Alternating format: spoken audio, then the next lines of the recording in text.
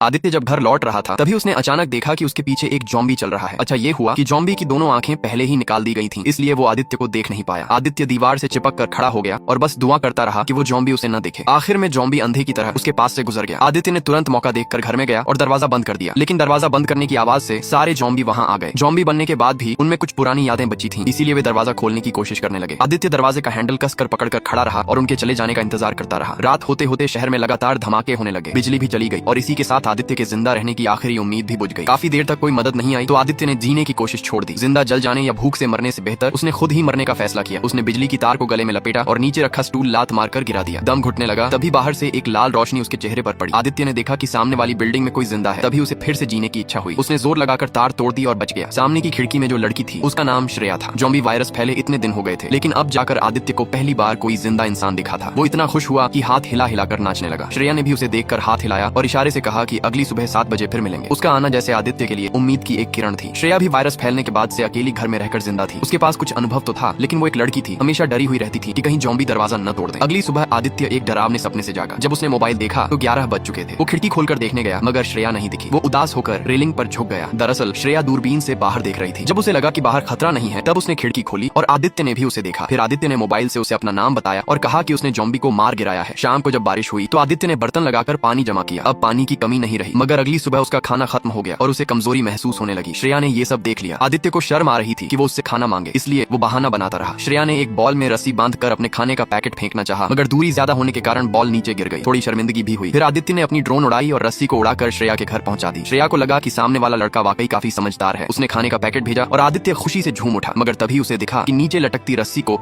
एक जॉम्बी जो कभी फायरमैन था पकड़ चुका है और ऊपर चढ़ रहा है। आदित्य ने शराब की खाली बोतलें फेंककर ध्यान भटकाने की कोशिश की, पर जॉम्बी नहीं रुका। उसने ड्रोन उड़ाकर जॉम्बी के पास भेजा, लेकिन जॉम्बी ने ड्रोन तोड़ दिया। जब जॉम्बी ऊपर पहुंच ही रहा था तभी श्रेया ने कुल्हाड़ी से उसका हाथ काट दिया। जॉम्बी नीचे गिरकर मर गया। इसके बाद दोनों ने फैसला किया कि अब घरों में रहना सुरक्षित नहीं है। वे अपने सारे सामान के साथ निकलने लगे। श्रेया पहले कूद गई और जॉम्बियों से लड़ते लड़ते निकल पड़ी। एक जॉम्बी ने उसे पकड़ लिया, लेकिन तभी आदित्य आ गया और जॉम्बी को मार गिराया। दोनों एक बिल्डिंग में घुसे और ऊपर की मंजिल पर पहुंचे जो खाली थी, मगर तभी वहां भी जॉम्बी आ गए। आदित्य ने लोहे की जाली से जॉम्बियों को रोकने की कोशिश की और श्रेया दरवाजा खोलने भागी। तभी एक दरवाजा खुला और एक अंकल ने धुआं छोड़कर दोनों को अंदर खींच लिया। अंदर उन्होंने पानी और खाना दिया, मगर श्रेया को शक था क्योंकि इस मंजिल पर कोई नहीं था। जब अंकल ने खुद भी पानी पिया तब जाकर दोनों को विश्वास हुआ। अंकल ने कहा कि खाना काफी है और रेस्क्यू टीम जल्द आने वाली है। दोनों रो पड़े। इतने दिनों बाद उम्मीद जगी थी, मगर श्रेया ने एक फैमिली फोटो देखी और बच्चों के बारे में पूछा तो अंकल बोला कि आज 2 नए बच्चे आ गए हैं। ये सुनते ही दोनों बेहोश हो गए। खाना झरमिला हुआ था। अंकल ने आदित्य को बांध दिया और श्रेया को एक कमरे में बंद कर दिया जहाँ उसकी जॉम्बी बनी पत्नी बंधी थी।